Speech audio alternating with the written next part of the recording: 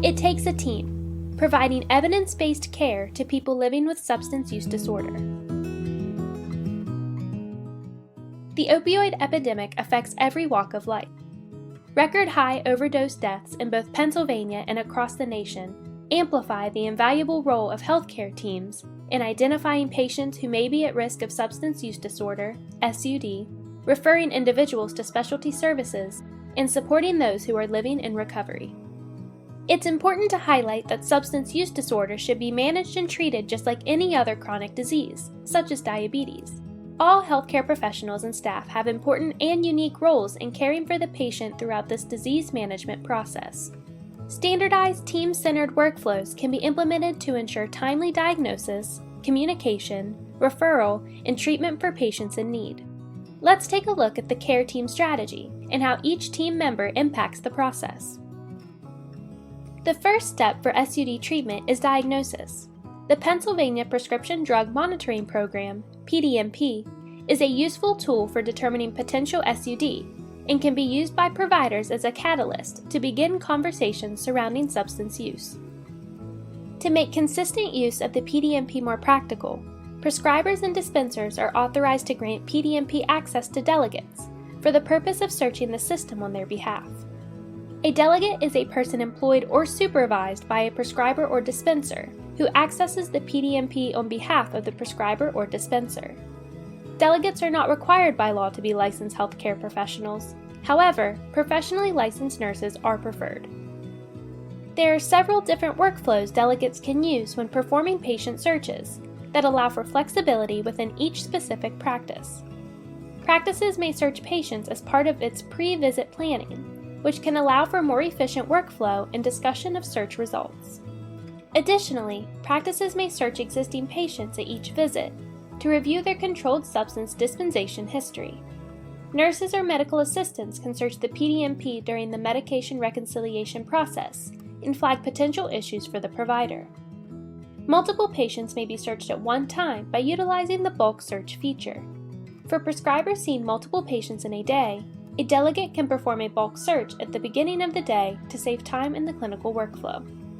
In addition to searching the PDMP as a delegate, the care team can act as the first line of defense in identifying patients who may have SUD by using a validated screening tool. Screening tools can detect patients who may be at risk of developing or who are already displaying early signs of SUD.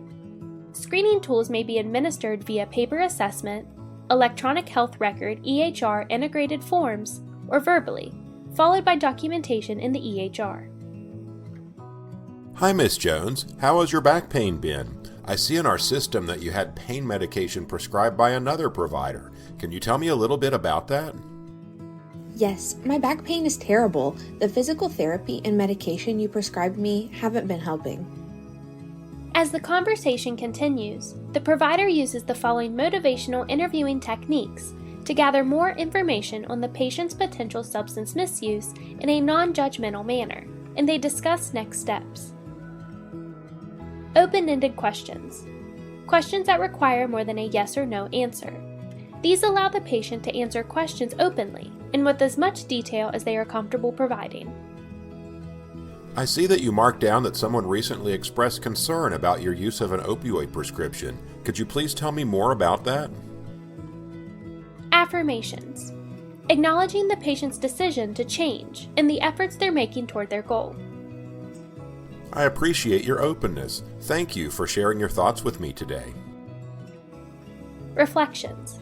Statements that allow the patient to hear their own thoughts or ideas that were shared during the discussion. It sounds like you're concerned that the opioids are the only thing that will relieve your pain. Summaries. Reviewing the important aspects of the conversation to show that there is an understanding of the patient's current situation and feelings.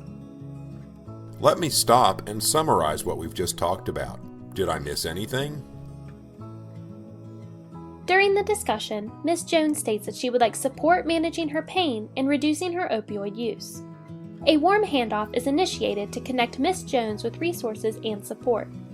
A warm handoff is a collaborative effort between two members of a patient's healthcare team for the purpose of improving the connection and reducing the gaps in services. As Ms. Jones' visit wraps up, the nurse provides education on next steps. Ms. Jones will be referred for formal assessment and treatment at a treatment facility. The office administrator ensures transportation is in place, sends patient medical records for continuity of care, and schedules Ms. Jones' follow-up appointment in 1 month.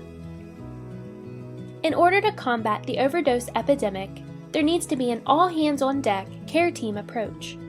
Each member of a patient's care team plays a very important part in ensuring patients are receiving the proper care they need, from early identification, referral for assessment or treatment, support during recovery, and communication that is both appropriate and non-stigmatizing to prevent creating additional barriers to care.